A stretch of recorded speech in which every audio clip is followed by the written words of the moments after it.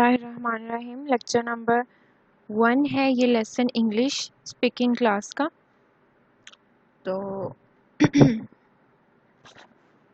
चलिए देखते हैं। और अगर आपको मेरी वीडियोस अच्छी लगें तो प्लीज़ इसको लाइक करें, शेयर करें और सब्सक्राइब करें अपने फ्रेंड्स के साथ।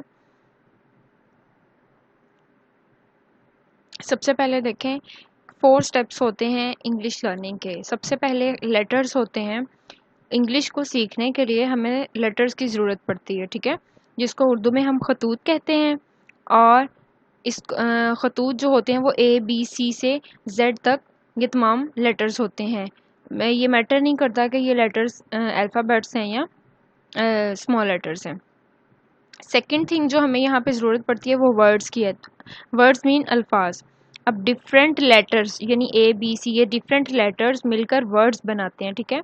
यानी कि अगर मैं यहाँ से C ले लूँ, A ले लूँ और यहाँ से T ले लूँ तो वो कैट यानी एक लफ्ज़ बन गया, एक ऐसा लफ्ज़ जिसकी मुझे समझ आ रही है, ठीक है।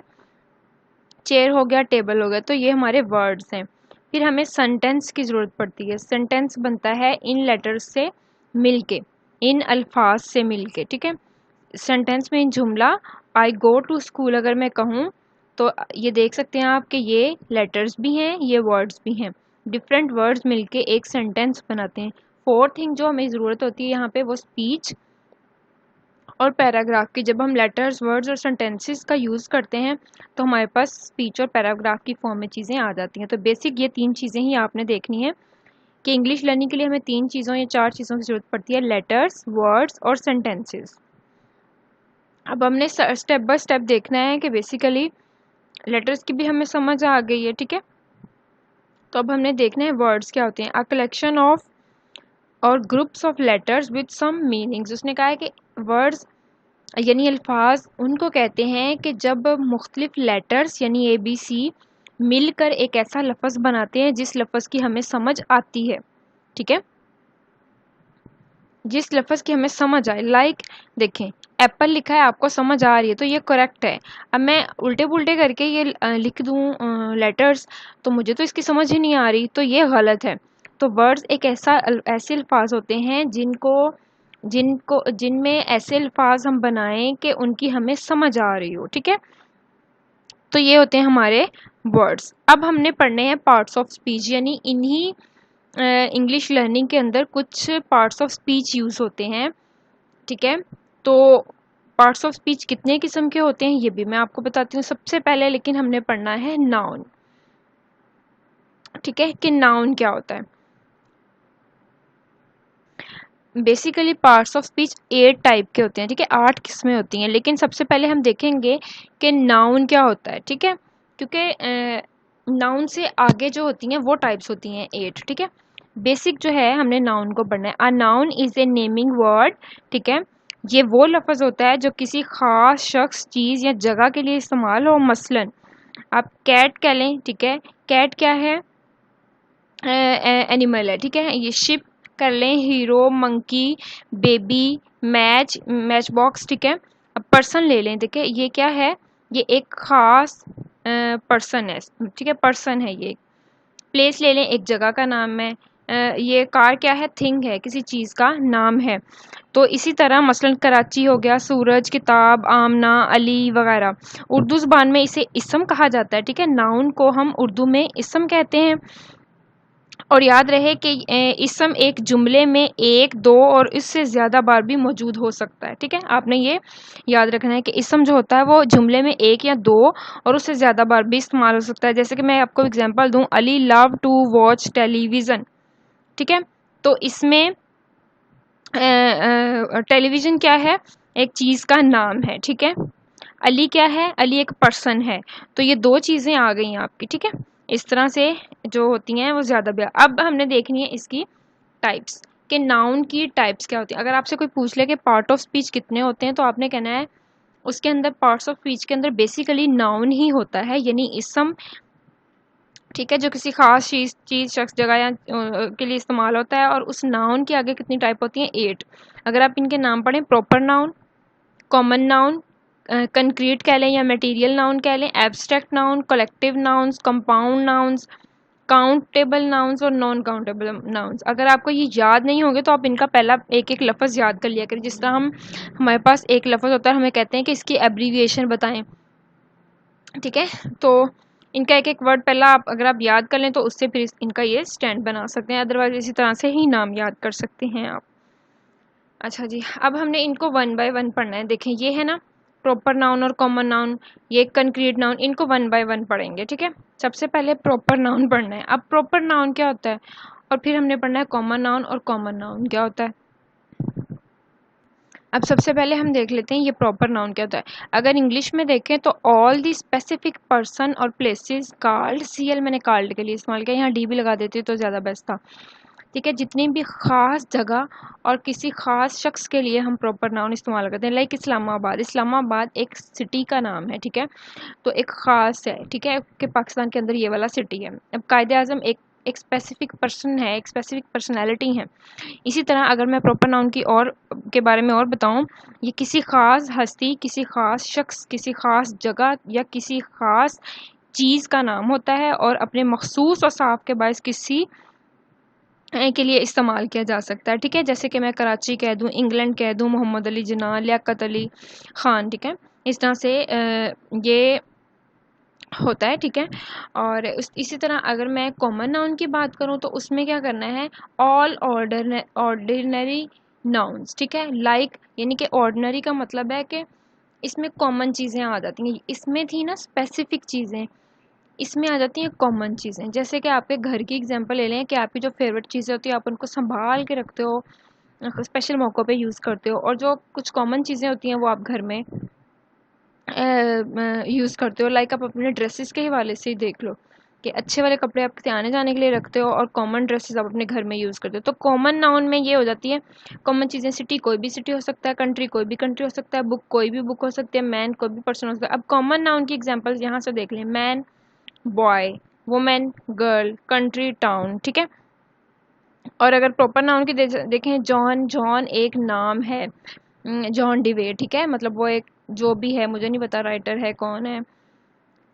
उसके बाद मैरी हो गया, इंग्लैंड, लंदन, ये एक स्पेसिफिक फेमस कंट्री का नाम है, ठीक है। इसी तरह अगर मैं प्रॉपर नाउन सॉरी उसको कॉमन नाउन को उसमें बताऊं, उर्दू में बताऊं, तो ये कई शख्सों यानी परिंदों के लिए, कई जगहों के लिए या कई चीज़ों के लिए मुश्तरक तौर पर इस्तेमाल होता है, ठीक है। लाइक इंसानों के लिए, हैवानों के लिए, परिंदों के लिए, तो मुज़क्कर मोनस भी हो सकते हैं इसमें। ये देखें जैसे कि कॉमन नाउन में मैंने मुज़क्कर और मोनस बताए हैं। मैन हो गया तो बॉय हो गया, वुमेन होगी गर्ल हो गई, ठीक है, कंट्री हो गया, टाउन हो गया, कंपनी हो गई, तो ये इसमें मुज़क्कर मोनस भी कह सकते हैं। अगर मैं इसकी एक एग्जांपल दूं आपको, that boy wants to play with Ali, that boy, boy जो हो गया वो यहाँ पे कॉमन नाउन हो गया, ठीक है। तो ये आपको प्रॉपर और कॉमन नाउन की समझ आ गई होगी। इसी तरह अब कलेक्टिव नाउन की हम बात करते हैं और हम करते हैं एब्स्ट्रैक्ट नाउन की। अच्छा, तो सबसे पहले हम कर लेते हैं कलेक्टिव नाउन की बात। कलेक्टिव नाउन में क्या होता है, ऐसे इसम, नाउन का तो आपको मतलब पता है ना, इसम होता है, और कलेक्टिव का मतलब क्या होता है, जमा करना। तो इसका मतलब क्या हो गया, ऐसे इसम जो चीज़ों या शख्सों या किसी चीज़ के मजमूए को बयान करता है, यानी चीज़ों को जमा करके उसका मजमूआ बयान करता है। मिसाल के तौर पर क्राउड, देखिए मैंने क्राउड लिखा है ना, क्राउड मतलब इतने ज़्यादा लोग हजूम में हैं, लोगों का हजूम क्या है, कलेक्टिव नाउन। फिर अगर आप टीम की बात करें, ठीक है, टीम कुछ लोग मिलकर टीम बनाते हैं, तो पूरी टीम क्या है, कलेक्टिव नाउन। क्लास की बात करें तो क्लास कुछ लोगों को मिलकर क्लास बनती है, तो वो इस एक क्लास के अंदर जितने भी लोग होंगे वो कलेक्टिवली होंगे, ठीक है। इसी तरह अगर हम एब्स्ट्रैक्ट नाउन की बात करें कि वो क्या होते हैं, उर्दू में देखें पहले कि एब्स्ट्रैक्ट नाउन क्या होते हैं। ये किसी ऐसी चीज़ का नाम होता है जिसे हम देख सकते हैं, ठीक है, ना देख सकते हैं, ना चख सकते हैं, ना ही छू सकते हैं, क्योंकि इसका अपना कोई वजूद ही नहीं होता। लाइक देखें, ये स्मेल, नोज़ से हम स्मेल करते हैं, तो जो हम स्मेल करते हैं क्या हम उसको देख सकते हैं, क्या हम उसको चख सकते हैं, क्या हम उसको छू सकते हैं, नहीं ना। तो ये होते हैं एब्स्ट्रैक्ट नाउन, जिन चीज़ों को हम ना छू सकते हैं, ना चख सकते हैं, ना देख सकते हैं, जिसका अपना कोई वजूद नहीं होता, जिसकी अपनी कोई कैफियत नहीं होती, उसका सिर्फ एक तसव्वुर होता है, उसको हम कहते हैं एब्स्ट्रैक्ट नाउन।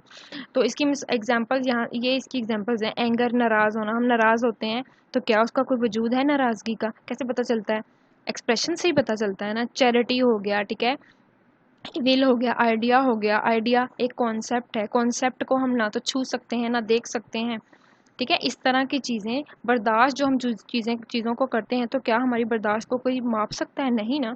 तो जो चीज़ें सिर्फ कॉन्सेप्चुअली हों या जो हमारी तसव्वुर में हों और उनका कोई कैफियत या उनकी कोई हालत मौजूद ना हो, उसको हम कहते हैं एब्स्ट्रैक्ट नाउन। उसके बाद देखते हैं कंपाउंड नाउन। कंपाउंड नाउन, ठीक है, कि ये क्या होते हैं। अच्छा, कंपाउंड नाउन जो होते हैं, इसको अगर उर्दू में बताऊं तो ये दो चीज़ों को मिलाकर जो एक वर्ड बनता है, हम उसको कहते हैं कंपाउंड नाउन। अगर इंग्लिश में देखें तो कहते हैं compound noun is a noun which is made up with 2 और मोर वर्ड्स। अब मैं देखें, सी फूड मैं कह रही हूँ कि सी फूड लाइक आपने खाना है, तो किन दो चीज़ों से मिलके बना है? सी से प्लस फूड से, इन दोनों को मिलाया तो सी फूड बन गया। इसी तरह इसकी एग्जांपल्स देख लें, ये आइसक्रीम होगी, स्विमिंग पूल हो गया, बस स्टॉप हो गया, लिविंग रूम हो गया, ठीक है। इनमें आती हैं स्पेस, यानी जब हम जो हम छोटी सी लाइन दरमियान में यूज़ करते हैं। अब विदाउट स्पेसिस वाली कौन सी होती है? क्लासमेट हो गया, ग्रीन हाउस, ठीक है, ग्रास होपर हो गया, लाइफ स्पेयर हो गया, span sorry, mother in law, dry clean, self confidence, ठीक है। और ये हाइपन्स के साथ इस्तेमाल होती हैं। तो कंपाउंड नाउन जो होते हैं बेसिकली बस यही है कि दो या दो से ज़्यादा चीज़ों को मिलाकर जो लफ्ज़ बनता है वो कंपाउंड नाउन कहलाता है। अब हमने करनी है मटेरियल नाउन की बात और काउंटेबल नाउन्स की बात, कि मटेरियल थिंग्स कौन सी होती हैं और काउंटेबल थिंग्स कौन सी होती हैं। मटेरियल थिंग नाउन जो होती हैं वो ऐसी चीज़ें होती हैं कि जिनको आप जो नेचर की बनाई हुई होती हैं, ठीक है, या मतलब उनको हम काउंट नहीं कर सकते, ठीक है।